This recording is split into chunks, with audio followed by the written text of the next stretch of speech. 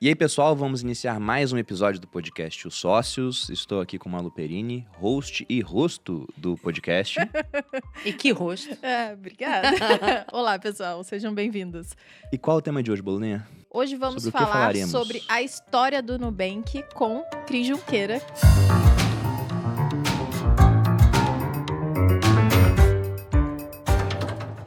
Cris Junqueira, cofundadora do Nubank, a maior instituição financeira da América Latina, empreendedora, executiva e conselheira, única brasileira na lista da Forbes 40 Under 40 de 2020, para os leigos, né? 40 antes dos 40, fazendo a tradução aqui.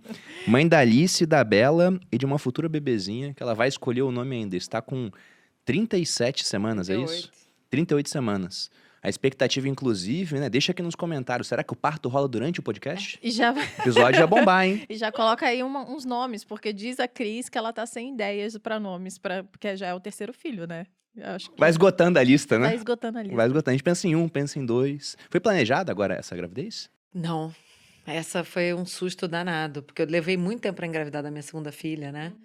E aí, quando ela nasceu, a ideia era meu marido operar e tal, aí entrou a pandemia, aí ficou Aí não naquela, ai, deu. vamos enrolar. Putz, e eu, enfim, falei, cara, não é possível que depois de tanto tempo tentando engravidar, né, do tipo que vai vir uma, mas depois foi uma, e cá está ela. Cá está ela. Cá A gente está ela. imagina, porque ela fez tanta coisa durante essa gravidez que eu imagino que não tenha sido planejada. Ai, foi meio susto, assim. Tanto que eu descobri, foi uma loucura. Do tipo, eu chamei meu marido e falei assim: olha isso aqui. Eu fiquei em choque. Fiquei em Que choque. loucura. Porque eu ia pensar, se eu fosse fazer um IPO de uma empresa, eu ia evitar ficar grávido no caminho, né? Não é? Não é? Pois é, enquanto eu tomava pílula, tava tudo certo, né? Agora eu tenho que esperar o marido operar e não. Aí, né? Pois Mas é. agora, então, vai encerrar. Ah, por favor. Já falei pra ele, eu falei, se vira, meu, não quero saber, cara. Mas, Cris, primeiro, muito obrigado pela presença. Você foi um nome muito pedido aqui no podcast. A gente se falou várias vezes, mas devido à sua agenda muito corrida, era difícil de marcar. E a gente, inclusive, fica lisonjeado pela sua presença aqui, porque continua muito corrida a agenda. Muita não coisa melhorou, acontecendo. É complicado vir, né? Não, foi um super prazer estar aqui com... É um super prazer estar aqui com vocês. Desculpa que eu não consegui vir antes. Pra gente... Aí, não só a agenda, mas também o quiet period, né? Por causa do IPO, tudo, a gente também não podia vir. Aí eu mandei mensagem pro Bruno e falei, bicho, agora ou nunca, cara. Vamos lá, porque acabou... Tem um espaço tem uma aqui. janela aqui de 2 semanas pra fazer. Vamos embora. Legal. Eu acho que a gente pode começar Antes. pelo final. Tá bom. Boa. Falando o que é o Nubank hoje. Aham. Eu sei que boa parte das pessoas já sabem, pelo menos por alto. Muita gente é cliente. Eu sou cliente do Nubank, eu tenho meu cartão também. E o pessoal vê, mas não enxerga a magnitude do negócio. Tem alguns números para passar pra gente, Cris, e falar um pouquinho desse IPO e depois a gente começa do começo pela sua história no mercado financeiro. Claro, claro. Bom, explicando um pouquinho do que a Malu falou, né? Quando uma empresa faz um IPO, tem uma porção de regras que a gente precisa seguir, né? No nosso caso, a gente fez 2, não satisfeitos, a gente fez 2 IPOs. A gente fez um IPO nos Estados Unidos, outro aqui no Brasil, né? Um na B3 e um lá, na NYSE. Então, a gente está sujeito a várias regras do regulador americano, né, que é a SEC, e da CVM aqui no Brasil. E quando você faz um IPO, que é uma oferta pública, né, de ações, os reguladores eles estão muito preocupados em garantir que todos os investidores, o mercado todo, tem acesso às mesmas informações, né? Que ninguém fale assim, eu ouvi a Cris falando no podcast do Bruno que o Nubank não sei o que. Então, e aí essa pessoa tem uma vantagem sobre outros investidores, né? Então, durante um período antes e depois do IPO, a empresa só pode se comunicar através de documentos oficiais, né? O principal deles sendo o prospecto da própria oferta, né?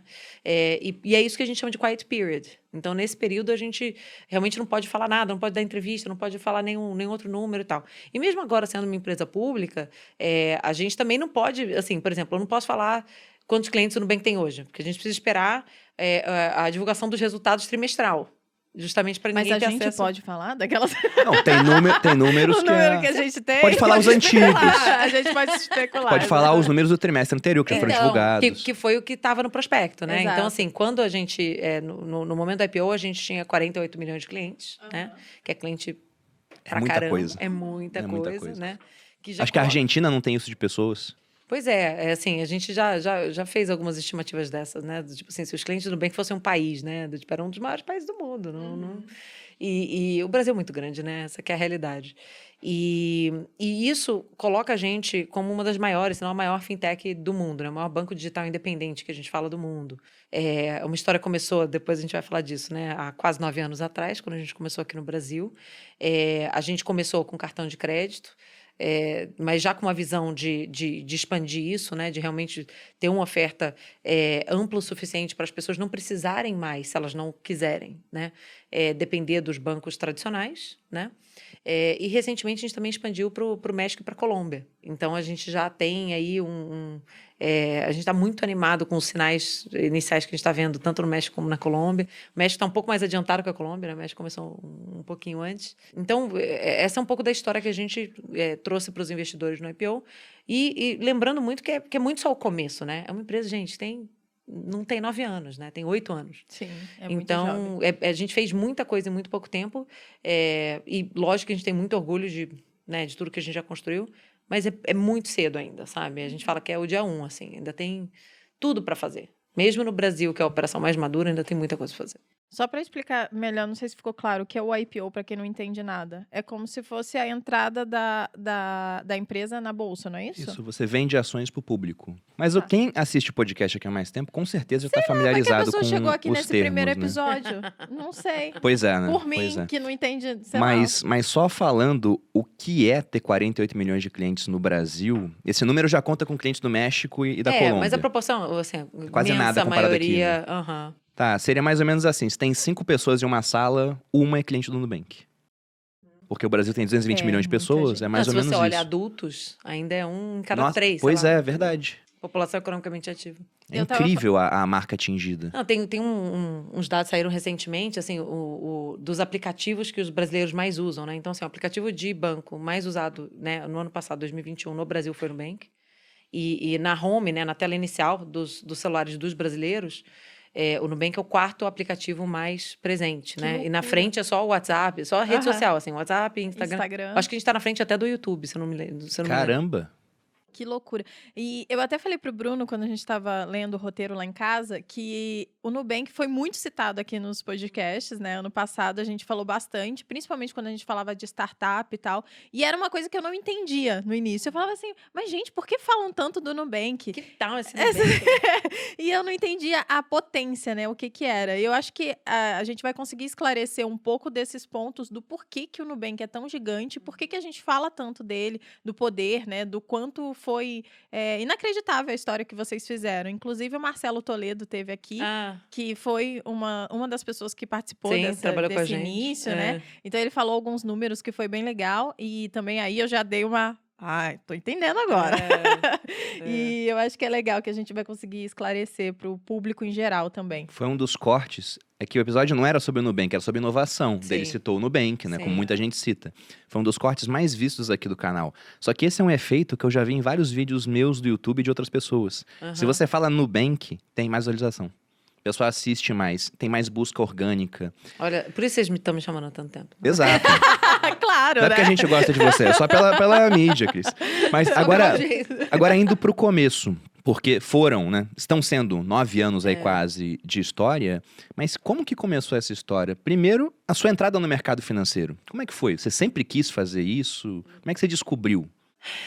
Bom, vou tentar ser mais objetivo aqui, porque só essa pergunta era papo muito chope, né? A gente já ficava o podcast inteiro aqui falando. Eu sempre trabalhei muito, sempre busquei a minha independência financeira.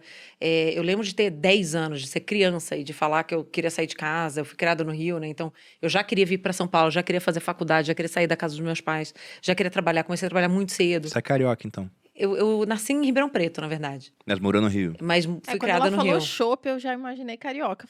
Na hora eu pensei, de onde essa mulher é? Meu sotaque é meio misturado, assim. As A pessoas gente às também, vezes. né? A gente também é Mas vocês carioca. são cariocas? Aí eu ia falar mineiro. Que o Bruno... Na verdade, Não, olha. a Lu nasceu no Rio e foi criada lá. Eu nasci em Cabo Frio, aí fui pra Taubaté, fiquei até os 10 anos, depois fui pro Rio. Só que eu me considero carioca, porque dos 10 aos 20 eu tava lá, né? Como a gente é Olha. filho de militar, o Bruno foi militar e tudo família de rodou o militar, Brasil a gente todo. é meio que do Brasil todo. Nosso Sei. sotaque aqui é meio William Bonner, né? No final das contas, né? Não dá pra saber de onde é. Eu achava que era mineiro. Você sabe que em tudo quanto é pesquisa de mercado que a gente faz, se você só puder analisar a população de um lugar, olha Minas. Minas é a média do Brasil. Que É engraçado loucura, isso, não né? sabia. Aham. Em termos demográficos, em termos assim, tudo quanto é coisas de hábitos e tal, do tipo assim, o lugar que é mais representativo da média do Brasil é Minas. Caramba, Engraçado, né? interessante. Tá, mas eu Mas te enfim, interrompi, voltando à vaca desculpa. fria. Imagina, imagina. Eu vim para São Paulo muito cedo, queria cuidar da minha vida, né? Enfim, vim fazer faculdade, fiz poli, né? Fiz engenharia aqui na USP. E quando eu comecei a trabalhar também muito cedo, né? Comecei a estagiar muito cedo. E na época, assim, as carreiras mais promissoras eram as carreiras ou no mercado financeiro ou em consultoria. Não existia essa história de empresa de tecnologia, startup, esse glamour que tem hoje. Não esquece. Então, eu fiz um pouco dos dois, né? Eu fiz o meu primeiro estágio formal mesmo, carteira assinada, foi no Unibanco, na área de atacado. Aí depois eu fui fazer consultoria, fiquei alguns anos trabalhando em consultoria, mas os meus clientes eram primariamente de serviços financeiros, eram bancos. Aí eu fui fazer MBA nos Estados Unidos e quando eu voltei, enfim, pensei em sair de consultoria, eu fui recrutada por um banco, né, num programa que eles tinham de recrutamento de MBA para executivos. E aí fiquei lá 5 anos, né, num bancão desses aí. Gente, é um período engraçado, assim. Eu sou muito grata por esse período, muito, muito, muito, muito. Porque eu aprendi demais, assim. Eu tive a oportunidade, pelo momento ali do negócio, de tocar negócios que estavam em momentos muito difíceis, perdendo dinheiro. Então, que eu calhei de ter muita autonomia, de poder fazer muita coisa. Mas, depois de 5 anos, eu olhava para frente e eu via que a realidade ia ser cada vez menos aquilo, sabe? Quanto mais sênior você é numa organização dessas, mais é sobre a articulação interna, aquela questão da política interna, entendeu? Do tipo, cada um com a sua agenda pessoal. E eu tava lá, gente, não é possível, mas o cliente, não sei o quê, né? E aquilo não era valorizado, sabe? E chega uma hora que a conclusão que eu cheguei, eu falei assim, o problema sou eu. Não adianta eu querer mudar a organização tá bem, tá todo mundo, eles estão legais. Eles não, assim, não é para eles, né? E tudo bem. Então eu pedi demissão na época. Isso era que ano? 2013. 2013. Comecinho de 2013. E o combinado que eu fiz comigo mesma foi, eu vou me dar ali uns 3, 4 meses para pensar no que eu quero fazer. Eu não queria só assim, deixa eu ver se eu arrumo um emprego em algum lugar, entendeu? Naquela altura, eu já estava muito certa que eu queria alguma coisa de alto impacto. Eu queria fazer alguma coisa que tivesse muito significado, sabe? E que fizesse muita diferença. E aí eu brinco, eu fiz outro MBA, assim, eu li 10 livros em 2 meses, eu li trocentos artigos, falei com todo mundo que eu conhecia, para ir fazendo a cabeça mesmo, né? E aí eu dei a muita sorte, de conhecer o meu sócio, Davi, né? Ele estava vindo de um outro ângulo completamente diferente, ele era investidor, né? Ele trabalhava para um dos maiores fundos, né? Que é o Sequoia, de Venture Capital do mundo. E ele, diferente de mim, ele sempre quis empreender, ele era uma coisa que ele tinha muito certa na cabeça dele. E aí ele saiu do Sequoia para empreender, e eu tinha saído do banco para fazer alguma outra coisa, e eu não estava pensando eu não saí para montar o Nubank, eu não saí porque eu queria montar uma startup. Gente, esse glamour aí, fintech como termo, não existia, unicórnio não existia, nada existia, né? Sei lá, quase 10 anos atrás. 2013, eu tô voltando aqui, eu não usava o WhatsApp ainda. Eu Então, não usava o Uber. É isso, do tipo assim, essas coisas todas estavam meio que começando, sabe? Tipo, engraçado, né? Faz quase 10 anos, mas era muito diferente a realidade naquela época. E ele calhou de estar procurando uma pessoa que complementasse ele muito bem, né? Do tipo que fosse... Ele é gringo, né? Enfim, ele é colombiano, mas foi criado na Costa Rica, morou nos Estados Unidos muito tempo. Já estava no Brasil há algum tempo, mas é diferente, né? Então, ele queria alguém que complementasse, que conhecesse muito, muito profundamente o mercado, os consumidores, né? Que tivesse essa experiência. Então, deu muito certo, né? Eu lembro que quando a gente se conheceu, eu já tinha algumas outras propostas também já pintando. Eu lembro que essa era de longe a maior roubada que eu falo, assim, porque eu, assim, eu ia ter que trabalhar Era que nem uma nebuloso, cachorra. né? Era nebuloso Não também. tinha nada. Eu brinco que era assim, eu comecei eu falei, legal, mas já tem capital? Não, a gente tá levantando. Tá, mas já tem CNPJ? Não, ainda não abrimos. Tá, mas já tem equipe? Não, também não tem. Mas já tem sócio? Não, sabe Era uma ideia, praticamente, era um sonho. Um conceito, assim. Aquela história, uma casa muito engraçada, não tinha teto, não tinha nada, era esse começo, entendeu? Não, isso é muito doido, porque parando pra pensar aqui, volta pra 2013, o Brasil com 80% do crédito na mão de 5 grandes bancos. Aí, de repente, ele é colombiano, Davi, né? Colombiano. Um colombiano chega pra você, que você tá naquele período pra ver o que vai fazer. Você vai procurar emprego, você não vai falar, vamos fundar um banco. É muito doido. E você fala, vamos embora. Banco digital, né? Não, foi muito doido mesmo, porque ao mesmo tempo eu entendia quão maluco era o negócio, mas por outro lado, eu lembro de, assim, eu conheci o Davi numa quinta-feira, né? A gente se encontrou num café, ficamos conversando, umas 2h30, era fim do dia. Chegou uma hora, assim, que eu precisava ir pra casa, né? Do tipo, eu tenho marido, né, e tal. E eu lembro que eu deitei a cabeça no travesseiro e falei assim... Ferrou, né? Do tipo, eu vou ter que fazer isso. Pode falar palavrão aqui? Não, pode. Se não pudesse, a Malu não era host. Infelizmente, eu não sei. Bom, eu lembro de falar assim, cara, fudeu, eu vou ter que fazer esse troço, sabe? E era muito louco mesmo. Eu lembro de conversar com meu marido, tipo assim, até cair, até ele entender o que eu tava falando, sabe? Seu marido é do mercado também ou não? Ele foi consultor, ele fez uma trajetória parecida comigo, ele estudou no ITA, ele é engenheiro, aí ele fez muitos anos de consultoria, também fez MBA nos Estados Unidos, mas hoje ele é executivo e não do setor financeiro, né? Mas tu falou pra mim ITA, eu já pensei, cabeçudo, meio doido. inteligente. O cara fez ITA e MIT, gente, entendam Nossa, a é. situação. Meio Pra me aguentar tem que ser, né, gente? Entendam essa situação. Mas eu lembro de falar assim, cara, é muito louco, é muito arriscado, mas se tem alguém nesse Brasil que conseguiria fazer esse negócio, sou eu, sabe? Tipo assim, eu tinha muita certeza. E eu falei isso pro Davi, pro meu sócio, eu falei assim, bicho, a sensação que eu tenho é que eu me preparei a vida inteira para esse momento, sabe? Muito louco.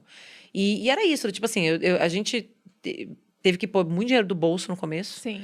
Porque a gente já tinha meio que um seed money, né? Um capital semente que a gente fala, assim, de uma primeira rodada meio que combinado. Mas, assim, até o dinheiro, até a gente abrir o CNPJ, até a gente abrir a conta em banco, até a gente assinar todos os papéis, até esse dinheiro chegar no Brasil, foram meses. Então, assim, botei muito dinheiro do bolso, ele também. O primeiro dinheiro veio de fora, então. Todos os dinheiros vieram de fora. A gente nunca teve nenhum investidor local, mas veio tudo de fora. Não, imagina o local, porque, amor, o setor bancário é um oligopólio. Sim, é sim, dominado óbvio. por poucos As pessoas e riam da nossa gigantescos bancos. Pois é. No Brasil, Então, é legal de Imagina ver falar, isso, você vai porque competir- Eu não tinha noção. Você chega lá pra buscar dinheiro pra investimento e fala, vai competir com quem? Com o Itaú. Itaú, com o Bradesco, com o Santander, com a Caixa e com o Banco do Brasil. O cara fala, tudo bem, boa sorte. sucesso.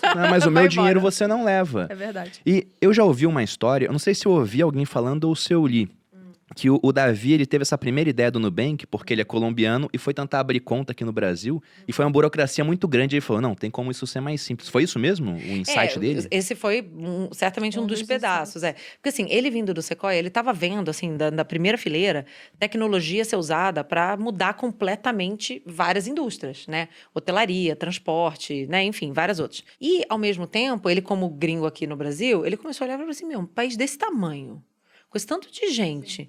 Cara, esses caras enchendo o rabo de dinheiro, né? Ganhando dinheiro pra caramba, oferecendo uma experiência péssima.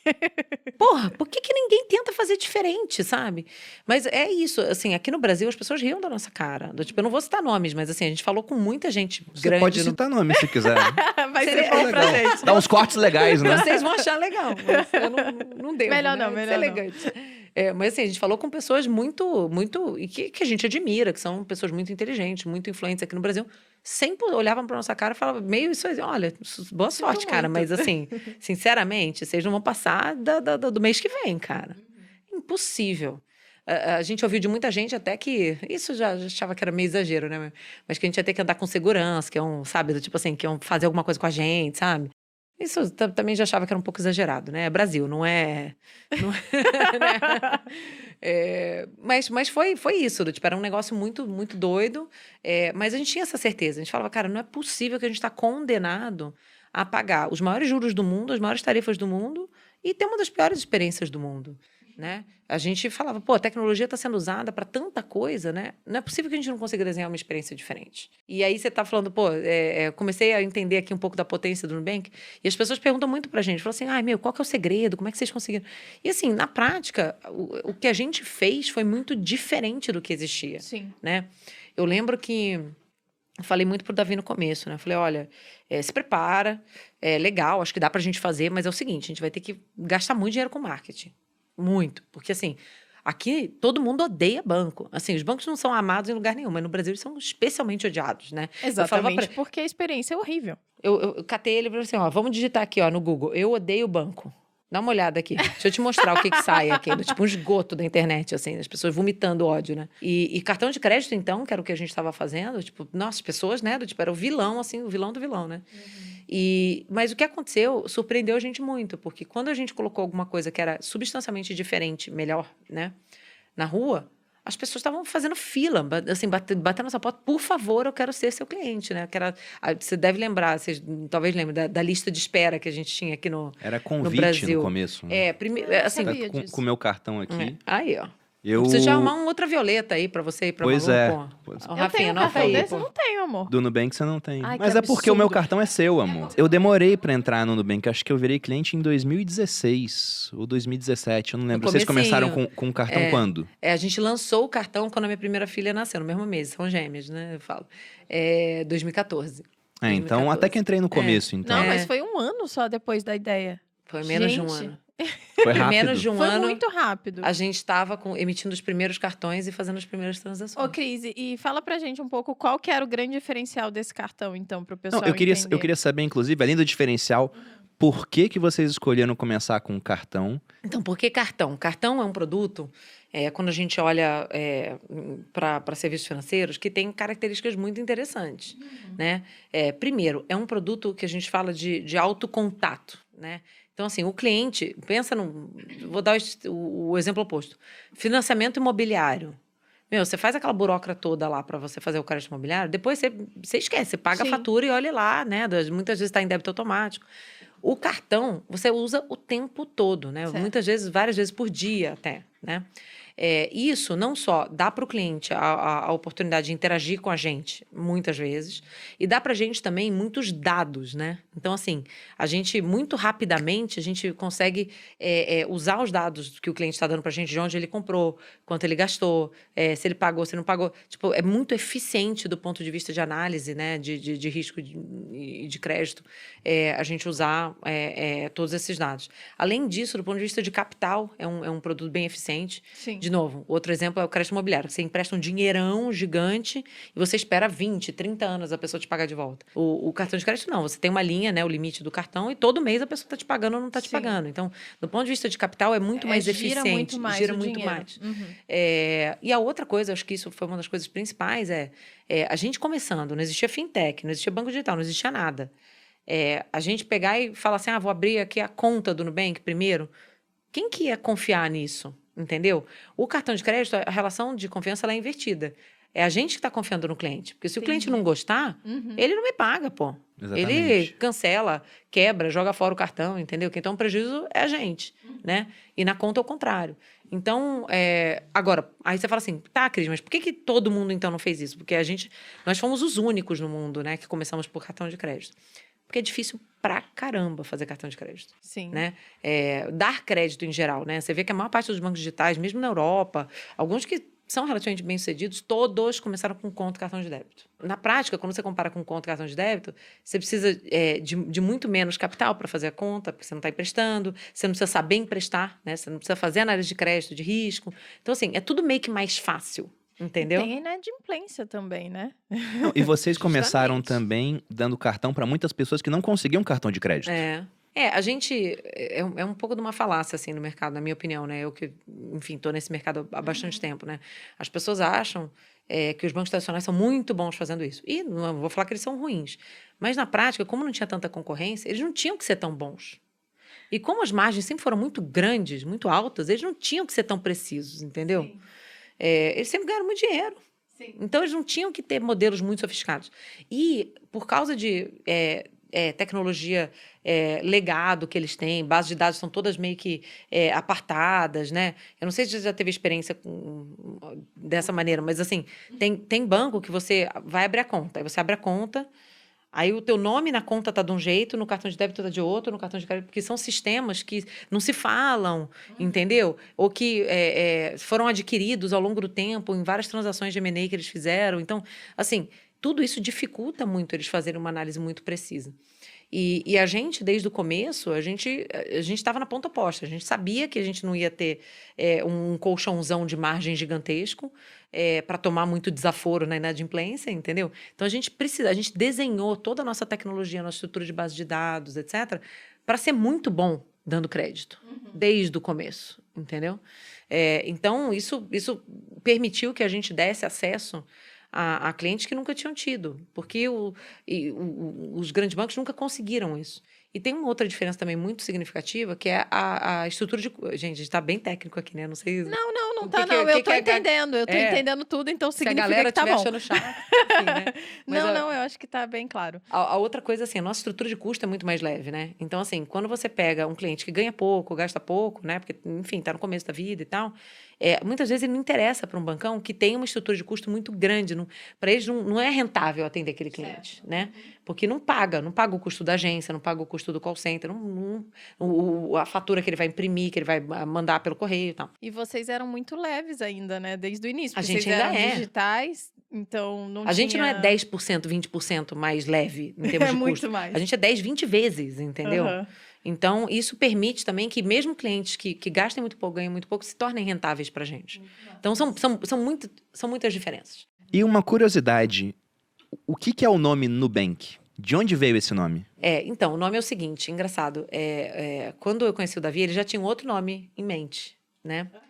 E que, enfim, eu pessoalmente, eu não achava muito maravilhoso, mas falei, cara, marca a gente constrói, né? Tudo Qual bem, que era vambora. o outro nome? Era Eos, que é a Eos. deusa do amanhecer e não sei o quê. Nossa, é um nome que É o a Bruno Aurora. colocaria. É como se fosse É a Aurora. Aurora. Não, assim, em termos de significado, eu acho até legal. Mas não era muito comercial. Enfim, bom. E aí, no final, quando a gente foi para o NPI, para ver se, né, a marca já estava registrada.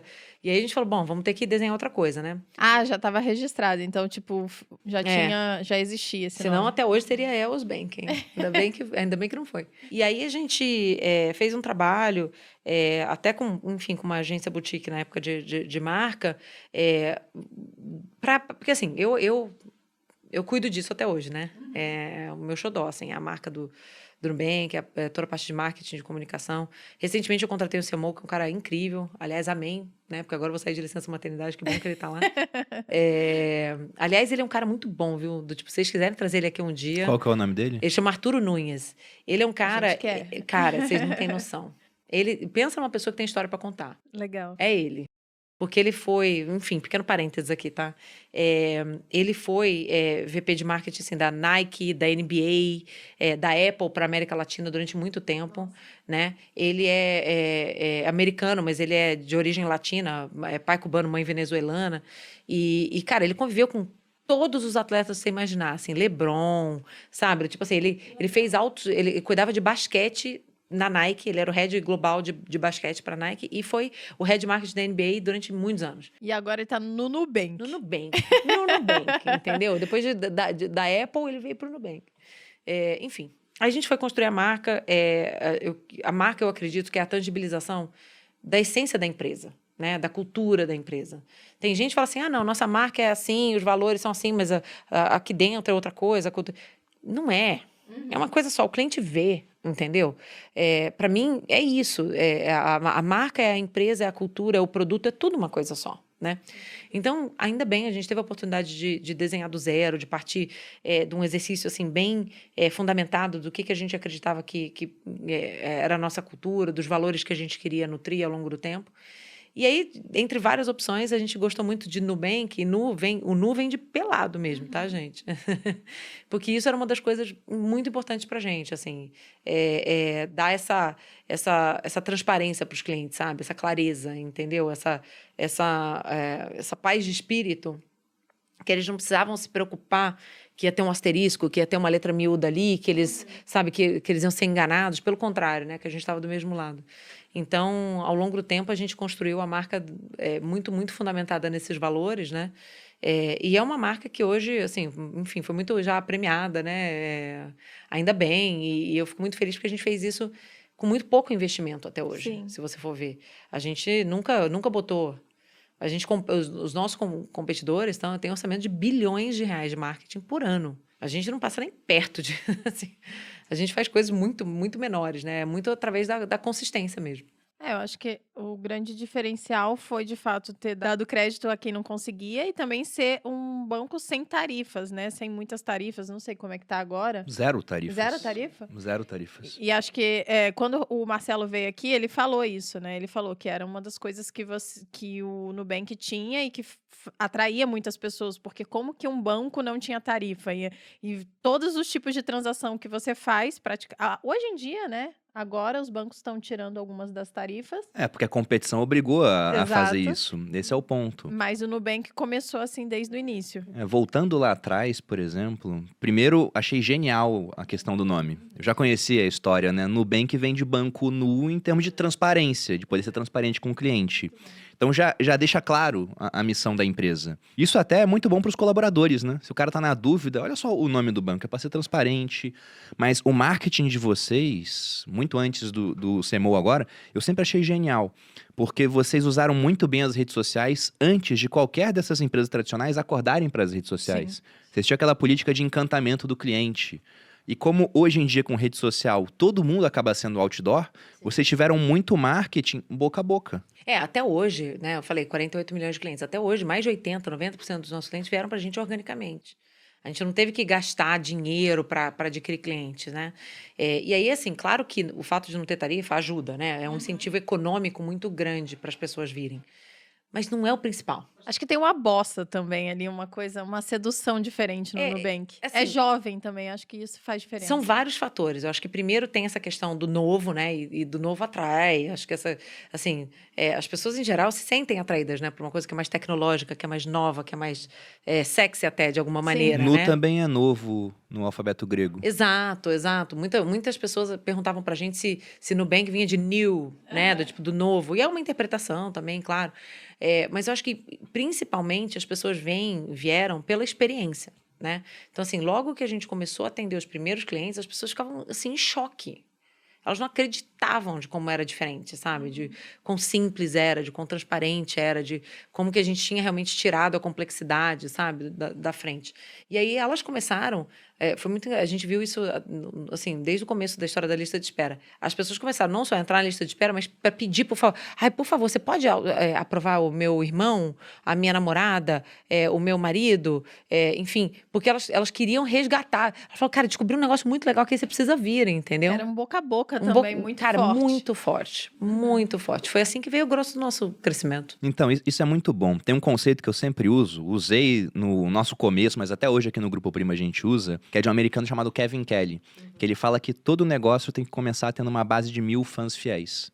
Porque se você consegue ter 1000 pessoas encantadas com o seu produto, essas pessoas fazem propaganda para outras, sem falar que talvez você não tenha, além dos 1000 fãs fiéis, mais fãs fiéis, mas tem 3000 infiéis, 5000 que estão te vendo de vez em quando e acham que você é legal. Daqui a pouco aquilo vira uma base muito grande e você vai crescendo organicamente. É isso. E o maravilhoso disso é que tem empresa do mercado financeiro com que eu já tive contato, que os caras gastam para adquirir um único cliente coisa de 200, 300 reais para que o cara abra uma conta na empresa.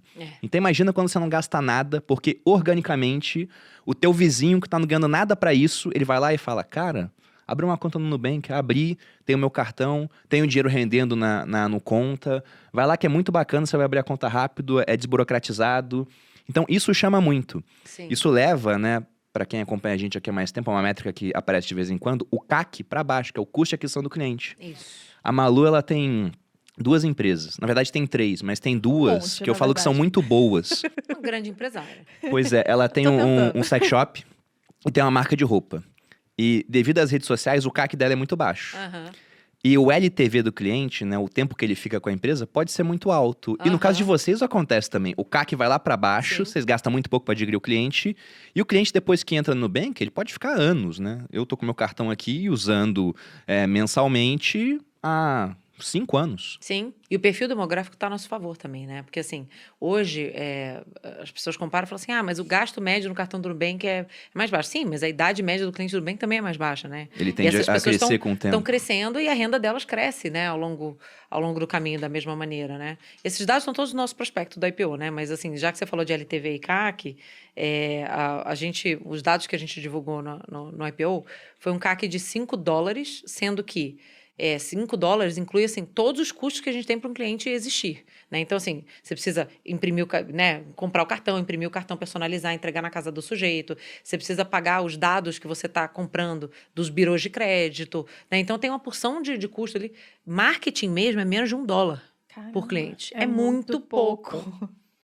E quando a gente olha LTV versus CAC, a gente tem uma relação de 30 vezes LTV por CAC. É absurdo. É absurdo. Então, assim, o IPO gerou muita especulação em torno do nosso valuation e tal, mas eu deixo para os especialistas, né? Quando você olha o relatório dos analistas, o que eles veem é isso. É uma marca muito forte, que conquistou os clientes de uma maneira muito profunda, muito leal, né? O nosso churn é baixíssimo, né? Então, assim, o nível de cancelamento, as pessoas realmente não vão embora, são super leais. Eles crescem junto com a gente, então a gente olha assim, os clientes estão com a gente há mais tempo, né? O valor deles também, né? A receita que eles trazem numa base mensal também já aumentou muito. Então, assim, olhando de fora, é muito contraintuitivo, às vezes, para uma pessoa que é leiga, fala assim, pô, mas vocês não cobram tarifa, é tudo de graça, como é que vocês ganham dinheiro? Não é possível, não sei o quê. Mas é isso aí, é muita eficiência por trás, né? E muito, muito valor que está sendo colocado nesse crescimento e na perspectiva de longo prazo. Muito legal isso de você falar da idade do cliente, né? Porque eu, como influenciadora, como empresária também, eu sempre vejo qual que é a idade do meu cliente. É bom quando ele está numa idade produtiva boa, né? Quando ele já tem o cartão de crédito. Sim. Então, quando é um público muito jovem, para quem não entende, não é um público legal, porque ele tem que pedir o cartão de crédito da mãe, né? Não tem uma fonte de renda. Então, é muito mais complicado dele consumir de mim. E nesse caso faz muito sentido e é muito legal porque ele, de fato, ele tá trabalhando. Então, se ele fez uma conta num banco, significa que ele tá querendo ou investir ou ganhar dinheiro e aí aquilo vai crescer junto com o banco. Então, eu achei genial isso daí. Muito legal. Tem uma ideia, Cris, de um americano que ele dá aula na Singularity University. É o Peter Diamandis. Não sei se estou falando sobre o nome dele da maneira correta. O Walter Longo já me corrigiu uma vez aqui. Mas depois eu vi os outros caras falando assim também. Mas em todo caso, ele tem um conceito que ele chama de 6Ds. Que eu vi que o Nubank aplicou, né? Talvez até sem saber. Porque ele pegou isso do que acontece no mercado. Sim. Ele fala que o primeiro D é de tornar um processo que ele é muito físico, muito material, digital. E o segundo D seria uma decepção. Porque o digital no começo não tá igual ao material. Nem todo mundo se adapta. Só que depois da decepção, como o digital melhora muito rápido, vem a disrupção. Então eu imagino, por exemplo, os grandes bancos olhando para vocês no começo. Olha, os caras são digitais. Aí vem o segundo D, eles não são uma ameaça.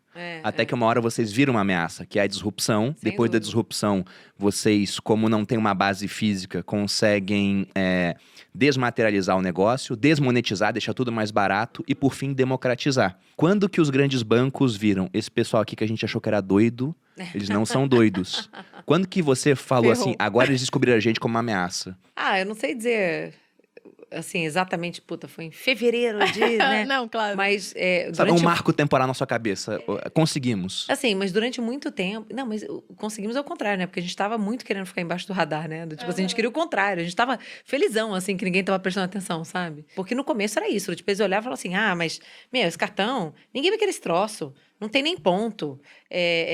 Não tem cartão adicional, não tem não sei o quê. E, de fato, não tinha muita coisa. Mas tinha outras coisas que eles não valorizavam, né? E que os clientes passaram a valorizar.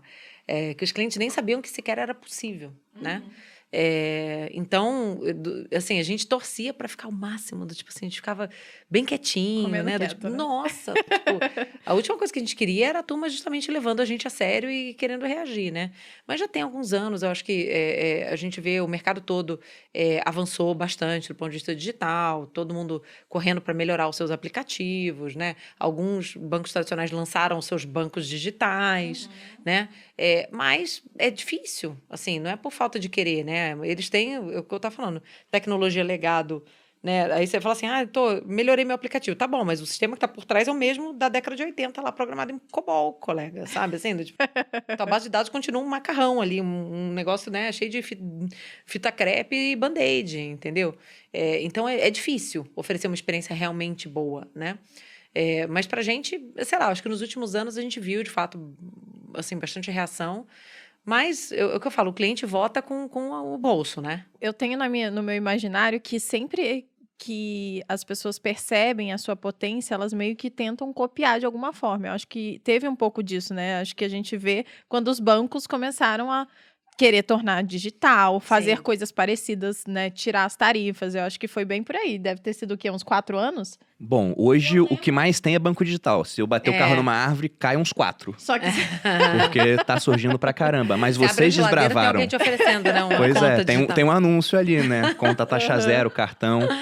Mas vocês desbravaram esse caminho. Mas então, eu só finalizando, mas copiar é muito difícil, porque você tem que fazer e oferecer um serviço muito incrível. Eu diria que copiar é mais fácil do que criar. Sim, com certeza. Eu vejo isso do Materializa, eu tenho um programa de hábitos e tal. E tem muita gente que tenta fazer igual. Só que é muito difícil fornecer tudo que eu forneço, porque dá trabalho pra caramba, né? É isso aí. E aí eu fico imaginando que basicamente com tudo é assim. Então, para você copiar, não é só copiar, é porque dá trabalho. Você tem que estar lá, você tem que também ter menos lucros, talvez, né? Certamente. Abrir mão de muita coisa. Ó, copiar pode ser difícil, mas criar é muito mais difícil. Com porque já tem uma certeza. base Não, depois, com né? certeza. A gente até com pode falar certeza. que a cópia é um elogio sincero. E muita gente foi na esteira do Nubank depois que vocês criaram. E tem um ditado americano que eles falam que os pioneiros, eles ficam com as flechas e quem vem depois nas diligências pega a terra, né? Pioneers get the arrows, sellers get the land, alguma coisa assim. E no começo vocês eram azarão, lutando contra os grandes bancos. Hoje, vocês são... Lógico que isso muda todo dia, e quando sair o podcast talvez já tenha mudado, mas atualmente vocês são a maior instituição financeira da América Latina. Agora não tem um pessoal que está começando a atacar vocês. Eu já vi até alguns já ataques. Só que o mais interessante é que quando tem os ataques, eu vou nos comentários e tem os clientes defendendo vocês. É sempre Eu nunca consegui um cartão de crédito, até o Nubank me dá não sei o quê. Então é muito bacana essa relação. Mas você viu que mudou, né? Vocês eram antes o azarão e agora vocês são a instituição a ser batida. Foi uma mudança, a gente viu, assim, até um pouco em alguns ângulos da cobertura que a gente tem, né?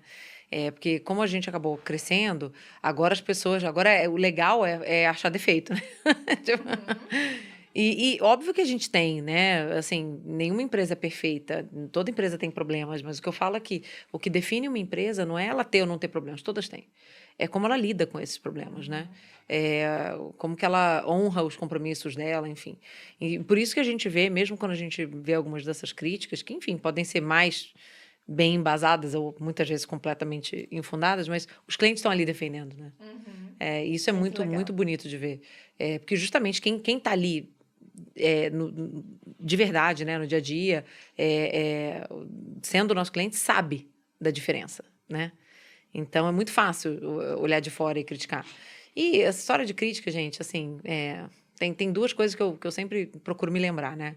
A primeira é a seguinte: o único jeito de você não ter crítica nenhuma, de você não receber nenhuma crítica, é você não fazer nada, né? Aí você realmente ninguém vai te criticar. Mas também E pior você que vai fazer porra nenhuma. vão criticar ainda. Porque você não Fulano faz. não faz nada. Vão criticar, nem assim, nem assim. Sei lá, de repente você tá ali meio planta, né? Do tipo assim, o pessoal nem te vê, né? De repente, né? E a outra coisa, assim, em geral, cara, quem tá te criticando, você nunca vai ser criticado por alguém que faz mais ou melhor do que você. É só quem faz menos ou pior. O cara tá preocupado em fazer o dele, né? Quem é pra melhor isso. que você não vai se dar o trabalho, entendeu? Tem mais o que fazer. Então, sempre que vem uma dessa, eu falo, cara... Tem um conceito do Nietzsche, né, do filósofo, onde ele fala que, basicamente, você tem 2 tipos de pessoas, as ativas e as reativas. Ele fala que as ativas são aqueles caras que têm a chamada vontade de potência, que ele fala, né? O cara vai lá e ele abre uma empresa. Ele quer que a empresa dele, que hoje vale 1 milhão, valha 2, 3, 4, 5, 6 bilhão. Se ele tem 5 mil clientes, ele quer ter 10, 15, 20, 30. Ele quer crescer. E tem o cara reativo, que precisa do ativo para viver. O reativo, ele fica o tempo todo criticando o ativo, então a existência dele se baseia em algo que outras pessoas fazem. E aí ele fala o seguinte, que enquanto o ativo ele só quer crescer, o reativo ele quer tolir o crescimento do ativo. Fala, não, esse cara não pode fazer isso. Então ele diz até que as regras morais, a maior parte delas foi criada por pessoas reativas. E aí pegando palavras do professor Clóvis de Porque Barros, precisavam de regras, né? ele fala que a Pra sociedade, tolir os as regras outros. morais foram criadas por um sindicato dos bundões, né? Porque os ativos querem só crescer, entendeu? Então quem fica tem mais o que criticando muito fazer. é esse cara que é o reativo, que não tem tanta coisa pra fazer assim, não tem tanta capacidade quanto a pessoa ativa. Ó, Mas- aí Se fica você aí, estivesse construindo alguma coisa, eu não estava preocupado, né? Não Exatamente, tinha tempo pra fazer isso. é esse o termo. fica É isso aí aí. a pergunta, quem é você, né? Se você tá preocupado com o outro... Se você lógico que Fica não é enchendo puro, o né? saco do Todo mundo é outro. um pouco ativo e um pouco reativo no final das contas. Mas o ativo tá muito mais preocupado em fazer o dele do que reagir ao que os outros estão fazendo. E agora entrando no crescimento do Nubank. Porque hoje, essa trajetória de startup já está muito mais disseminada como que funciona. Só que como a Malu falou no começo do programa, ela não entendia lá atrás. E eu mesmo confesso que eu não entendi. Eu demorei um tempo para entender. Só que foi genial. Vocês fizeram, deu super certo. Foi uma estratégia de pegar investimento externo para usar para crescer, não se importando com lucratividade naquele momento. Abrindo mão do hoje para ter mais no amanhã. Isso deve ter vindo, imagino eu, da trajetória do Davi dentro da Sequoia, né? Ele tinha contato com muitas startups. Mas vocês, quando fizeram isso aqui no Brasil, não era uma estratégia que estava muito disseminada? Não, pelo contrário. Assim, no mundo todo, essa visão de realmente construir para o longo prazo já era mais estabelecida. Aqui no Brasil, os próprios investidores, né? Eu comentei que a gente procurou capital aqui local. Assim, aqui no Brasil, acho que um pouco por causa da volatilidade toda, ser um mercado emergente, as coisas serem muito mais difíceis, né? Acho que o capital, ele procura muito mais segurança. Né? A gente vem de um histórico, bom, tô dando aula, como é que chama? Ensinando o Pai Nosso pro vigário aqui, né? Mas assim, a gente vem de um país de renda fixa, né? Sim. Onde os retornos sempre foram muito bons, sem você ter que tomar risco nenhum. Sim. Então, você fala assim, vou levantar capital aqui e fazer uma empresa. Tá bom, tá dando quanto de lucro? Não, ainda não dá e não vai dar tão cedo. Porra, então eu vou deixar ali na renda fixa, colega, sabe? Assim, pra que eu vou tomar esse risco? Historicamente, as pessoas não precisavam tomar esse risco, entendeu? Então, é uma mentalidade muito diferente. Ao passo que em mercados desenvolvidos, as taxas de juros de renda fixa são minúsculas. Todo mundo sempre teve que tomar risco, né? Então, as pessoas tiveram a oportunidade de observar, de fazer, de aprender, de testar e de ver modelos trocentos, né? Em que você constrói algo para o longo prazo, você investe, continua investindo no crescimento e que mais cedo ou mais tarde o resultado vem, né? A Amazon é um grande exemplo disso, né? A Amazon, sei lá, 20, 30 anos atrás, quando abriu o capital, né, a turma ria, falava assim, nossa, porque o mercado ainda não estava tão acostumado com esse modelo, principalmente falando de internet, né? Mas tá aí. Quanto vale a Amazon, gente, né? Trilionária. Pois é. Então, pra gente, isso era muito natural, era muito óbvio pra gente. E eu falei assim, cara, eu não vou sacrificar o crescimento do longo prazo, A gente tinha milhões de clientes batendo na porta, falando, eu quero ser seu cliente. E para a gente dar lucro, a gente tinha que falar assim, não, espera mais um pouco, fica aí de fora, porque eu preciso monetizar esses clientes que estão aqui, dar um pouco de dinheiro, depois cara, fazer o menor cabimento. Até porque não era uma questão de modelo de negócio. Desde o começo, desde os primeiros clientes que a gente botou para dentro, a gente já sabia como é que a gente ia ganhar dinheiro. Mesmo sem cobrar tarifa, a gente ganha dinheiro com cada um desses clientes. É diferente, sei lá, o exemplo que eu dou é o WhatsApp, entendeu? O WhatsApp cresceu para ter, sei lá, bilhões de usuários no mundo, até hoje não tem receita, né? Então, assim, não tem modelo de negócio. O WhatsApp, o Facebook foi lá, comprou, porque via muito valor naquela audiência, naquele engajamento. Mas, assim, você fala assim, gera caixa, o WhatsApp gera, não tem dinheiro vindo dali, entendeu? No nosso caso, era muito diferente. A gente sempre teve clareza do modelo de negócio. A discussão era só o seguinte, a gente tinha poucos clientes já amadurecidos e muito cliente entrando que ainda estava numa fase que a gente tinha que investir, né? Para adquirir esse cliente, para atender esse cliente, antes do cliente dar dinheiro. Então, assim, era muito óbvio para a gente que a decisão certa era continuar crescendo, entendeu? E mais cedo ou mais tarde o resultado vem. Então, a gente já está vendo agora os clientes mais maduros, né, que a gente adquiriu há 2, 3 anos atrás, numa proporção grande, embora o crescimento ainda continue muito forte, entendeu? Então, a gente já está vendo um equilíbrio melhor. Mas a gente não vai chegar num ponto de falar assim, agora a moleza acabou, pessoal, agora a gente vai monetizar isso aqui. Agora vamos cobrar um monte de coisa aqui dos clientes. Não é assim. Manda um e-mail, né? Agora temos uma tarifa na sua conta. Pessoal, agora Mudou a gente tudo. vai... Assim, não é isso, entendeu? Os clientes, eles sempre deram dinheiro numa base individual. Que era muito nesse crédito, né? Que vocês... ou no crédito um pouco, mas também, assim, falando de cartão de crédito, né? Cartão de crédito tem em geral, 3 tipos de receita, né? Tá. De jeito de você ganhar dinheiro. Tarifa, que a gente não cobra. Juros, né? Então, assim, se o cliente entra no rotativo, se ele parcela a fatura e tal, né? Mas aí, você também tem inadimplência. Então, é difícil você ganhar dinheiro com juros no cartão de crédito. Ali, né? É complicado. E a outra receita, esse é o grosso do que a gente sempre teve de rentabilidade, é o que a gente chama de intercâmbio. Que é o seguinte, quando você passa o cartão, sei lá, uma padaria ali, a padaria está pagando 3%, 4% daquela compra para aceitar cartão de crédito. Esse percentual ele é dividido entre o adquirente, que tem a maquininha, a bandeira do cartão e o emissor do cartão, que pode ser o Nubank, por exemplo. Então, é um pequeno percentual de todas as compras que entra e que é o que a gente usa para pagar a conta. Por isso que eu falo que a gente tem que ser muito eficiente, entendeu? Entendi. Porque a gente não fica metendo tarifa no cliente, cobrando um monte de coisa, sabe? A gente não incentiva o cliente a entrar no rotativo, a se financiar, pelo contrário. Pô, o que a gente mais faz é manda lembrete, avisa o cliente, olha, vai vencer, não sei o quê. Olha, venceu, você tem certeza? Você não quer pagar? Não sei o que, tem juros.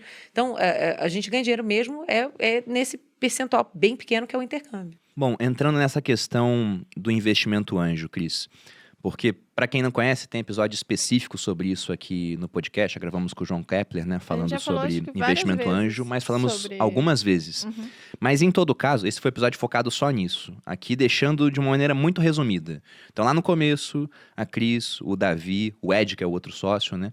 Criaram o Nubank e falaram, vamos captar dinheiro. Tinham o dinheiro inicial deles e começaram a pegar dinheiro vindo de fora do Brasil. Para isso, eles vendiam uma partezinha do Nubank, através de um contrato de mútuo, né? O pessoal pagava, eles pegavam esse dinheiro e utilizavam para crescer, sem se importar com lucratividade. Uma hora esse dinheiro acabava e vocês faziam novas rodadas de investimento. Foram quantas rodadas ao todo até o IPO? Putz, acho que umas 9 ou 10. 9 ou 10 rodadas. E durante esse caminho, teve alguma hora que você pensou, nossa, acho que vai ser difícil conseguir crédito, porque pegando quando surgiu o Nubank, era governo Dilma, aí depois a gente teve juros de quase 15% do Brasil, veio o impeachment, veio o governo do Temer, muito impopular, aí Mega veio uma recessão. eleição. Pois é, esse período todo a gente estava em recessão, basicamente. Então o Brasil não era um lugar assim que o investidor lá de fora olhava e falava, caramba, esse Não, país pelo aqui contrário. é bacana para isso. E fora que, além do país ser muito instável, você ainda tinha uma competição com gigantes altamente capitalizados que uma hora poderiam ver. Pô, vamos fazer igual esse cara, parar de cobrar tarifa, não sei o quê, criar os seus próprios bancos digitais. Então teve uma hora que você pensou, não vai dar? Olha, vamos lá. Primeiro, a gente sempre foi muito conservador com essa questão de levantar capital, né? Então, a nossa primeira rodada, que foi o capital semente, foram 2 milhões de dólares. Você falou, nossa, que rápido que vocês, né, emitiram o cartão. Até a gente emitir os primeiros cartões, fazer as primeiras transações, ter a primeira versão do app, a gente não tinha gastado nenhum. A gente foi muito scrappy, que a gente fala em inglês, né? Tipo assim, muito, muito econômico, muito mão de vaca até, sabe? Assim, do tipo, a gente trabalhava vocês já devem ter ouvido falar, né? Numa casinha. Marcelo tipo, Toledo falou isso banco pra de gente. plástico, sabe? Que era uma casa, Não, você não tem não era noção. comercial, né? Era uma Não, casa era uma normal. casa. O Ed morava no andar de cima, sabe? Assim, do tipo, Que loucura. a gente tinha móveis usados, sabe? Tipo, era um negócio assim, a gente economizou cada centavo, Vocês sabe? fizeram um negócio meio Amazon, que usava Total. porta de mesa pra ser... É tipo isso aí. porta E que de começou casa na pra ser garagem, mesa, sabe? exatamente. Tipo, a gente começou na casinha. Esse naipe. Então, assim, a cada rodada, a gente levantava capital, mas a gente não queria se ver nessa situação, entendeu? De falar assim, puto, o dinheiro vai acabar, ferrou.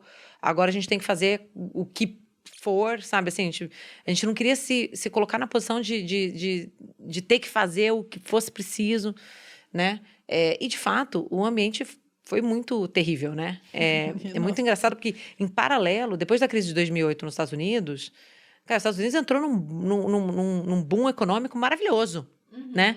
Então, assim, lá tava tudo bombando, as startups de lá, todas, né, do tipo, Bolsa indo subindo super bem, e a bolsa nossa caindo subindo. E aqui a gente se ferrando, né? E é muito engraçado que os investidores, de vez em quando, olharam e falaram assim, não, poxa, mas, cara, tem um risco macroeconômico, Brasil, não sei o quê. Eu falava, bicho... É outro dia nos trópicos, cara. Do tipo, todo dia aqui normal é isso assim. aqui. Isso aqui é o basic case. Do tipo assim, é a vida. A gente brinca, até no IPO, de vez em quando surgiu essa conversa, a gente falava assim, gente, a gente tá aqui imaginando. Porque assim, as startups americanas, os investidores começaram a ficar um pouco sérios e falaram assim, pô, tá tudo muito bom, tá tudo muito bem, mas é a hora que o jogo virar, né? Porque é cíclico também, né? Lá também tem recessão. E a gente falava assim, cara, a gente fica imaginando o dia que tiver bem, né? Do tipo, Quando acabar a recessão, né? a gente fala assim, algum A gente dia não é começou no possível. jogo virado. A gente começou na merda. A gente só viu merda desde que a gente começou, né? A gente nunca teve um vento a favor, né? Isso por um lado, é óbvio que faz algumas coisas mais difíceis. Por outro, quando o investidor olha e fala assim, com tudo isso que aconteceu, os caras estão aqui entendeu? Com uma taxa de inadimplência muito mais baixa que a média do mercado, crescendo desse jeito, sabe? Tipo assim, com todos esses indicadores aqui do negócio super bons. Pô, eles devem ser bons que eles estão fazendo, sabe? Então, eu acho que pra gente foi uma história disso, que a cada rodada a gente não tava assim, olha, acabou o dinheiro, vamos lá passar o chapéu, ver se alguém ajuda a gente. Pelo contrário, a cada rodada a gente tinha muito mais para mostrar do que a gente já tinha construído, apesar de todas as condições difíceis. E isso atraiu os investidores, entendeu? Eles olhavam, assim, tem investidores que acabaram entrando em algumas rodadas mais pro final, que se arrependem profundamente de não ter entrado no começo. O Warren né? Buffett, por exemplo? Ele não, porque o perfil dele assim, a Berkshire Hathaway, eles são investidores de empresas abertas, né? Mas tem outros fundos Eles que... foram até uma exceção no caso dele, A né? gente foi uma exceção, exatamente. Pra Eles quem não investiram logo antes sabe- do IPO e no IPO. O Warren Caramba. Buffett, que é um dos investidores mais bem-sucedidos do mundo, né? Tem a sociedade com o Charlie Munger, e ele opera lá a Berkshire Hathaway, que investe em diferentes empresas pelo mundo, tem uma participação muito Poucas grande em empresas. Apple. Sim, são poucas empresas no final, ele concentra bem até a carteira dele. E ele entrou pouco antes da IPO, numa rodada de captação que o Nubank fez. E entrou no IPO também. Entrou no IPO comprando também? No IPO também. Então ele Que não se massa. desfez no IPO, ele comprou mais no IPO. Assim, e aí a gente vê, você tá falando da história das críticas, né? A gente vê às vezes alguns vídeos, as pessoas falam, nossa, porque Nubank é absurdo, não sei o quê, porque não vale. Aí eu falo assim, cara, você é o gênio, o espertão. Você sabe, o Warren Buffett não sabe, Não, né? não. Do tipo assim, todos os nossos investidores profissionais e tal. Por isso você tá aí bilionário, né? Do tipo assim, fazendo esse vídeo aqui na internet criticando isso, né, colega? Mas é mesmo, né? O cara tá sozinho em casa. Tá ele e o teclado dele, a câmera, e o Ele webcam olha dele. só as notícias que todo mundo tem que acesso. Todo mundo lê. E aí ele chega a uma conclusão diferente da do Warren Buffett. Pois é, só ele que é o gênio, né, do mercado. Tem esse ponto. Você tem uma validação muito forte Porra. por conta dessa âncora desses investidores de peso. Sim. Mas quando que veio a decisão de fazer o IPO? Porque vocês poderiam ter prosseguido nesse ciclo de captação. Por que vocês falaram, tá na hora agora? Você pensou, tô grávida, esse é o momento. Vamos aproveitar. Foi Pelo isso, amor foi de isso. Deus. Não, é assim, é uma excelente pergunta essa. E é engraçado que tem muita gente que acompanha de perto esse mercado que fala que hoje, cada vez mais, os mercados privados, né, de levantar capital estão tão aquecidos e tem tanto dinheiro que o incentivo para as empresas abrirem capital Sim. é muito menor hoje em dia. E a gente viu isso. E né? dá trabalho fazer, né? Porra, dá Relação trabalho com pra o caramba cliente, ser uma empresa com o aberta, investidor. né? Do tipo, você precisa dar muito mais satisfação pro mercado, você precisa abrir muito mais informação, até pros seus próprios concorrentes e tal. Então, de fato, é algo que a gente ponderou muito, né? Mas assim, vamos dar um passo para trás. Toda empresa, quando nasce, eu acho que tem muita gente que fala isso, eu acho que o Flávio Augusto, né, fala bastante. Essa empresa nasceu para ser vendida, né? De alguma maneira ela vai ser vendida. Vendida, vai quebrar ou vai ser herdada, que ele fala, basicamente. E assim, a gente não queria vender para alguém, né? Assim, isso não era uma alternativa, né? Falar assim, tá bom, aqui, ó, banco XPTO compra aqui, o Nubank. Isso nunca foi cogitado. Então, assim, pra gente, mais cedo ou mais tarde, a gente tinha que ir abrir capital, entendeu? A gente sabia que esse dia ia chegar, Sim. né? A discussão era quando, né?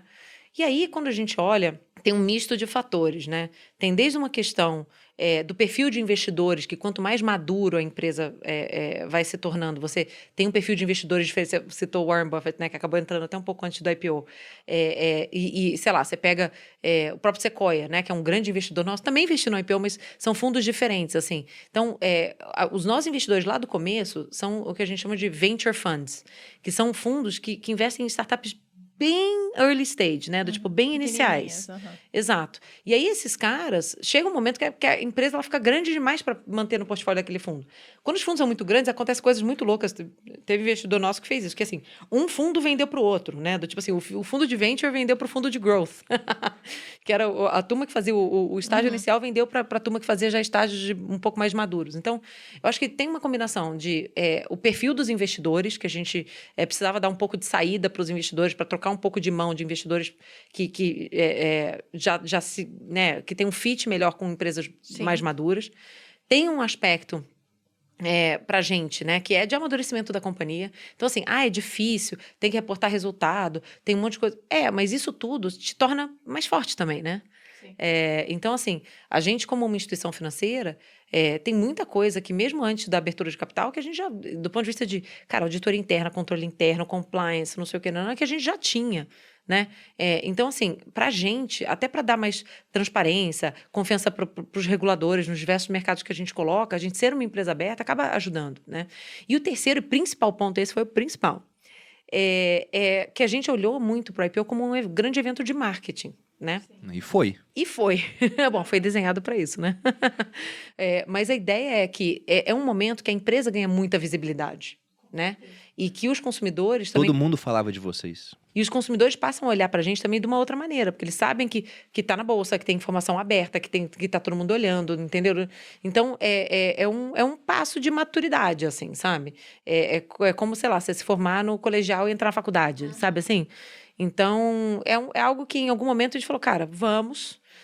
dá trabalho. A gente também avaliou que, cara, chega uma hora que você tem que também tirar o band-aid e ir, entendeu? Porque se você ficar arrastando esse processo também, é um troço que movimenta muito a empresa, é muita gente dentro da empresa que precisa trabalhar para fazer um troço desse acontecer. Ainda mais do jeito que a gente fez, né? 2 IPOs, um lá, um aqui, enfim, programa de sócios Tudo que a gente junto, fez, né? tudo junto, foi muito complexo. Mas para a gente valeu a pena. A gente sentiu que o timing era, por causa de todos esses fatores, fazia sentido. Pensando na Bolsa Nacional, na B3, vocês conseguiram, do dia para a noite, trazer quantos novos CPFs para a Bolsa? Cara, os números agora da recentes, eu acho que é coisa de 700, 800 mil novos CPFs para a Bolsa, para B3. Isso de pessoas que compraram no IPO, que viraram nossos investidores, né, que botaram dinheiro no bolso. Agora, fora isso, tem o programa, né, que a gente fez, vocês devem ter ouvido falar, que é o Nos Sócios, que a gente deu ações, né, que a gente deu BDRs para os clientes. Nesse programa foram 7 milhões e meio de pessoas. Lembrando que a B3 tem 3 milhões de CPFs, né? Nem todos ativos. Era 4 milhões que eles divulgavam ali. Então, esse pessoal que ganhou o BDR do Nubank é mais gente do que tem de cliente na B3 hoje. Mais que o dobro. Só que essa turma, assim, a B3... aí, aquelas coisas, né? Tipo, a gente trabalhou bastante com a B3 para esse programa, mas eles tinham até limitações da quantidade de CPFs que eles conseguiam. Então, não estavam prontos para isso. Não estavam prontos para isso. E ainda não estão, né? Então, o que a gente fez foi... A gente fez uma estrutura de lock-up, que as pessoas vão... Porque durante um ano, 12 né? meses, a gente vai ter a custódia desse BDR, né, dessa ação. E aí, depois de 12 meses, a pessoa vai falar assim, tá bom, agora me dá a ação, então vende para mim, eu quero dinheiro, né? E aí, durante esse um ano, a gente vai fazer um programa, já está começando, de educação financeira orientada a investimentos, entendeu? Para quando a pessoa puder movimentar essa ação, ela tá mais preparada para tomar essa decisão, né? Até porque eu lembro quando vocês lançaram isso, eu pensei, caramba, é genial do ponto de vista do marketing. Porque vocês compraram a Easy Invest, virou a Nu Invest. Eu pensei, eles vão conseguir alguns milhões de clientes para a corretora deles. E gastando o que para isso? O valor de um BDR, pô. Então, pensando no CAC, no custo de aquisição de cliente, enquanto tem empresa que gasta 100, 200, 300, 400, vocês iam gastar muito pouco para o cara virar cliente da corretora. Genial. Só que eu pensei também naquele cara que nem sabe o que é o mercado de capitais, de repente ele ganha um BDR, se ele ia ser até obrigado a declarar imposto de renda no outro ano, depois vocês falaram que não. Porque eu pensei, imagina só, acho que nem a Receita Federal ia estar pronta para isso, se todo mundo fosse declarar. Eles nunca tiveram, né? Porque se a gente for ver aqui no Brasil, o Enem, por exemplo, todo Enem dá pau no site. Porque é muita gente acessando. Sim. O programa da Receita, não. Ele fica sólido como uma rocha.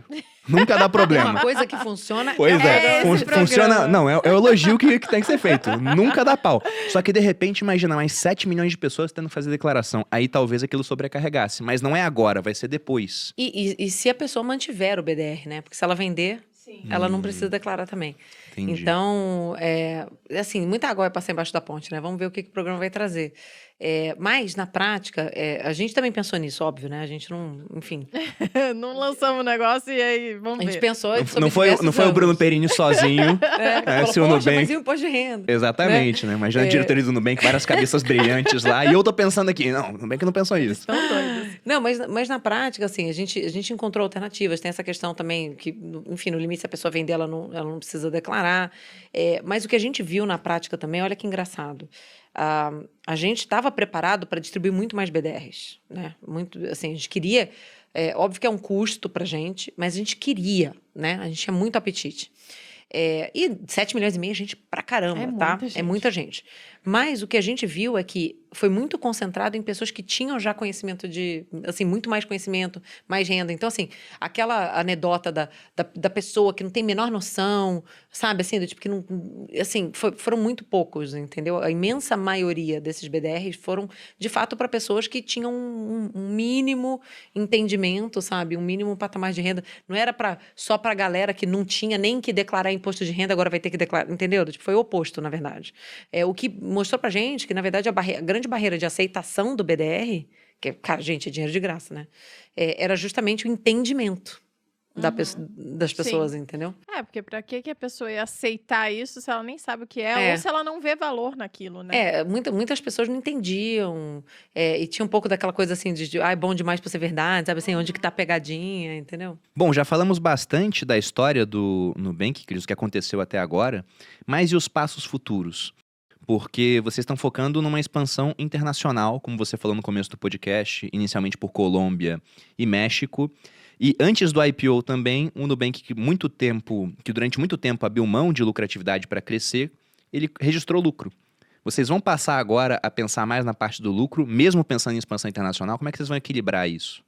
Então, acho que a filosofia não muda, é aquilo que eu estava falando para vocês. Assim, a gente continua muito orientado para o longo prazo. Se a gente tiver lucro, é uma consequência de a gente ter mais clientes, né, que já estão numa fase madura, versus clientes que estão no começo do relacionamento com a gente, que a gente já está investindo, né, na curva de rentabilidade. Então, assim, nada muda sobre esse aspecto, zero. Agora, tendo dito isso, também vale falar um pouco sobre filosofia, que é o seguinte: eu falo para as pessoas que a gente está no negócio de fazer menos coisas, mas fazê-las mais bem feitas, né? Então, a gente falou aqui bastante sobre como o começo foi cartão de crédito. A gente, sei lá, durante 4, quase 5 anos, a gente só fez cartão. Sim. Né? E assim, não tem um juízo de valor aqui, não estou falando o que é melhor ou o que é pior, mas assim, tem muita startup que começa, lança produto, lança outro, expande para 1, 2, 3, 5, 10 países, não sei o que, sai correndo e depois a gente vê e tal. Não é o nosso jogo. Entendeu? Falei para vocês aqui da importância da marca, né? Do quanto a gente valoriza isso, do quanto a gente valoriza a experiência do cliente. Então, assim, a última coisa que a gente quer é tentar fazer um monte de coisa ao mesmo tempo e comprometer a experiência que o cliente tem, né, nas coisas que a gente já tem. Então, assim, a gente fez cartão durante 4, 5 anos até a gente achar que a gente merecia o direito de fazer um segundo produto, que foi a conta, né? E aí, mesma coisa, a gente fez a conta. Tá bom, a conta tá indo legal? Beleza, agora a gente vai fazer o cartão de débito, sabe? Então, assim, é muito um passo de cada vez para a gente garantir que a fundação tá muito sólida, sabe? E quando a gente olha agora, tem coisa pra caramba no nosso prato. Você para pra pensar, assim, México e Colômbia, mas só em Brasil a gente tá expandindo a nossa operação de empréstimo pessoal. Mesmo em cartão, que é o nosso produto mais antigo. Tem muita coisa para fazer, a gente não tem cartão adicional ainda no cartão, a gente não tem a possibilidade de atender menores de idade, que é um negócio que as pessoas pedem muito, né? Na conta tem muita coisa para fazer, tem outros produtos, a gente entrou em seguros há pouco tempo, investimentos, você falou da Nuinvest, mas a gente não está com a integração toda pronta, tem muita oportunidade ali ainda para perseguir. Então, assim, a gente não quer sair fazendo mais coisa antes de garantir que as coisas que a gente se propôs a fazer estão indo bem, entendeu? Então, quando a gente pensa em futuro, assim, o foco é muito nessas oportunidades que a gente já tem. Claro que, enfim, né, eu uso muito aquele meme do pink do cérebro, né? No limite, a gente, né, tentar dominar o mundo. Mas, quando a gente fala desse ano que vem, tem muita coisa no prato, sabe? A gente lançou no fim do ano passado um marketplace, né? Tipo, a aba de shopping no nosso app também, que é um negócio legal que os clientes pediam muito. Então, assim, passo cada vez, sabe? Bacana.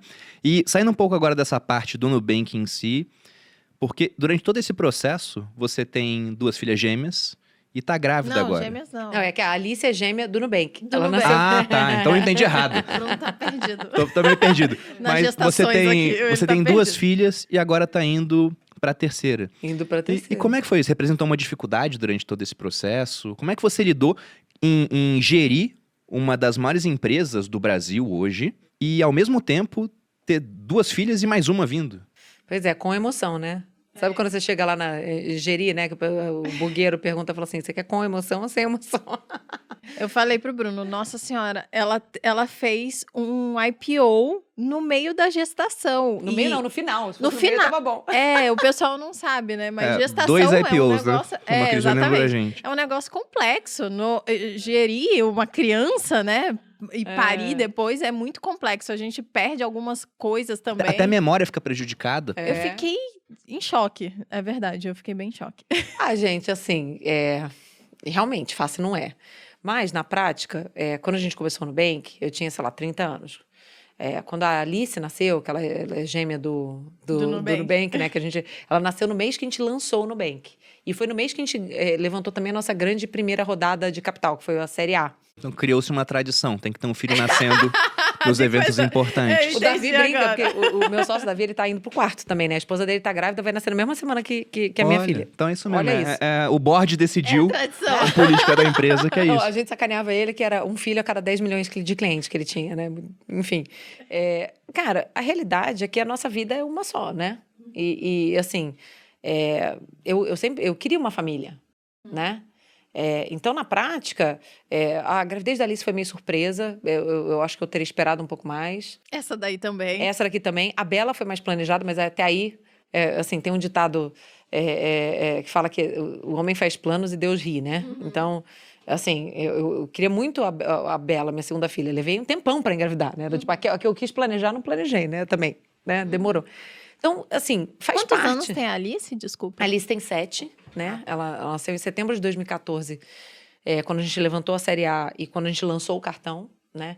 E eu fui para os Estados Unidos fazer o pitch, né, da rodada de investimento, assim, desse tamanho, assim, grávida de 7 meses também, entendeu? Cara, faz parte, sabe? Eu acho que era uma prioridade para mim ter uma família. Chega uma hora, o relógio biológico da mulher, né? A gente não pode esperar muito mais. Mas o que eu posso dizer, assim, com todas as dificuldades que, claro, que isso traz, que é uma demanda a mais, com certeza, também tem muitos benefícios, né? Porque eu acho que, assim, filhos trazem uma força pra gente que a gente não sabe nem de onde vem, sabe? É um negócio muito louco, assim. E eu sinto muito que eu me esforcei muito para ser uma pessoa melhor, sabe? Para dar o exemplo do ser humano que eu quero que elas sejam, sabe? Assim, e também me tornei muito mais eficiente. Aprendi muita coisa sobre como você falou assim, pô, você toca uma empresa desse tamanho. Cara, mas você vai tocar uma rotina com 3 crianças em casa, né? Eu brinco que você, de fato, exercer a maternidade ou a paternidade, né, de uma maneira ativa, cara, é um skill, né, uma habilidade, um mérito muito grande, que a imensa maioria das empresas não entende. Né? Porque, assim, é muito complexo você gerenciar e pior, é algo que você tem que fazer muita coisa, claro, mas que não depende só de você, porque cada criança é uma criança, você tem aspectos vivo, sociais, exato. É diferente, porque, assim, a minha birra é que recentemente, né, na última década, se valorizou muito essa história de correr maratona, tem um monte de reportagem, porque os executivos CEO vai lá e corre maratona, faz o Ironman. Pô, legal. Lógico que exige uma disciplina, um planejamento, um esforço, mas, bicho, só depende de você. Você senta lá, senta não, né? Você vai pra esteira, corre, ou corre no parque, ou nada, ou pedala. Mas, cara, vai cuidar de um filho com esse nível de intensidade, entendeu? Exige muito mais. É muito mais complexo. O Ironman uma hora acaba, né? Os filhos, exato. eles não acabam. Cara, então, eu acho que, claro que gera uma complexidade a mais e te exige de diversas maneiras, mas também traz outras coisas, traz muita força, traz muita inspiração, traz habilidade que eu definitivamente não tinha. Eu costumo falar que a mulher grávida é o mamífero mais eficiente do planeta Terra, né? Porque, assim, a quantidade de coisas que, quando você tá grávida, você consegue dar conta e fazer, porque você tem que fazer, não tem opção. A criança vai nascer, colega, sabe? Assim, Tem que resolver isso aí. Tem que resolver. Então, eu acho que tem os dois lados, sabe? Mole não foi, mas sou muito grata à família que eu tô construindo. Que legal. Poxa, que bacana. E chegando ao final aqui, Cris, a nossa audiência assistindo, somos um podcast de negócios, muito focado nisso, mas pelo menos metade da audiência, pelas métricas que a gente tem, é feminina. Então, são Que legal. pessoas que empreendem ou querem empreender. Muitas são mães, olham pra você como uma inspiração. Né? Eu fui ver as reações aqui no Instagram, falando que você estava no podcast, o pessoal já tá pirando aqui, né? Demais. Você tem algum recado final pra deixar pra esse público? Olha, tenho. Eu acho que muito em linha com o que a gente estava falando agora sobre maternidade, sabe? Eu também, enfim, tenho lá meu perfil e minha caixinha lá no Insta e tal, que eu procuro, enfim, ajudar as pessoas da maneira como eu posso, né? Dividir um pouco de conhecimento sempre que eu posso. E uma pergunta recorrente que as pessoas fazem é justamente sobre isso, né? Sobre como conciliar a maternidade e o trabalho. Eu tenho medo. Eu tenho um filho, eu queria outro, mas não sei o quê, não sei o quê. Eu falo, gente, assim, você tem que ter clareza das suas prioridades e ter consciência de que são escolhas, né? na vida. Tudo, cada escolha é uma renúncia. Então, assim, um milagre, o mundo perfeito, a hora perfeita, sabe, para você ter filho, não existe, esquece. Existem horas péssimas, né? Eu sempre falo. Assim, seu casamento tá em crise, tá quase se separando, né? Aí Tipo não. assim, cara, você, seu marido desempregado, não tem um puto, aí realmente não é o. Acho melhor não, né? Concordo que não é o ideal. Mas assim, se você ficar esperando o momento ideal para ser mãe, a vida vai passar, sabe? E é engraçado que isso, eu acho que se relaciona também com outro ponto que eu falo muitas vezes, que é até sobre felicidade, sabe? As pessoas... lógico que vida é difícil, né? Eu acho que o Jordan Peterson tem uma frase, né? Que ele fala que life is suffering. Já viu? Né? Tipo, a vida é sofrida, é sofrimento, assim. Óbvio que, enfim, somos todos aqui privilegiados, mas cada um tem um desafio. Todo mundo que está em volta de você está passando por alguma coisa muito, muito treta que você nem sabe, Total. entendeu? Uhum. Independente de condição financeira, social e tal. Então, a gente precisa exercitar o hábito de ser feliz apesar das coisas que estão acontecendo na nossa vida, sabe assim? Às vezes as pessoas têm aquela mentalidade assim, eu vou ser feliz a hora que eu for promovida, eu vou ser feliz a hora que eu abrir minha empresa, eu vou ser feliz a hora que a minha empresa der lucro, eu vou ser feliz a hora que a minha empresa crescer, Não vai eu vou ser ser feliz feliz a hora nunca. que eu casar, eu vou ser feliz a hora que eu tiver minha filha. Tá sempre depois, né? É sempre na frente, cara. Aí você acorda, um dia a vida passou, entendeu? Então, eu acho que o conselho que eu dou para as pessoas é ter clareza de quais são as suas prioridades. Realmente tenha orgulho, né, das suas escolhas, entendeu? Faça elas de maneira muito consciente, entendendo os prós e contras e o que você está abdicando, e seja feliz com elas, entendeu? Sejam elas profissionais ou pessoais, sabe? Eu acho que para mim essa é a chave. O Jordan Peterson, no 12 Regras para a Vida, tem uma hora que ele fala isso, que somos todos mortais, né? E o nosso quião de sofrimento uma hora vai chegar. E o Sêneca, que é um cara que eu cito muito aqui, filósofo romano, ele dizia que viver significa lutar. É isso aí. É isso, a vida é luta. Isso. Momento cênico. A vida é luta. Mas, Cris, muito obrigado pela presença. Como que o pessoal que está assistindo te acha em redes sociais? @junqueira.cristina no Insta, é onde eu tô mais ativa. Eu tô no LinkedIn também, tem bastante gente que me segue lá, mas acaba sendo uma rede que a gente acaba dividindo mais, assim, conteúdo escrito, produzido, Sim. né? Acho que a interação mais legal é no Insta mesmo. Eu já Então, devia até cantar no Instagram. acontece. Que massa. Há que massa. testemunhas. Não, mas olha que ferramenta incrível que é a rede social, né? Você vai, entra no Instagram da Cris, ela abre uma caixinha e você pode ter uma resposta da pessoa que está à frente da empresa, de uma das mais valiosas do Brasil, talvez a mais valiosa agora em valor de mercado, e da maior instituição financeira da América Latina, pô. Então é maravilhoso. Sinistro. É quase como eu mandar uma pergunta pro, sei lá, o Bill Gates e ele me responder.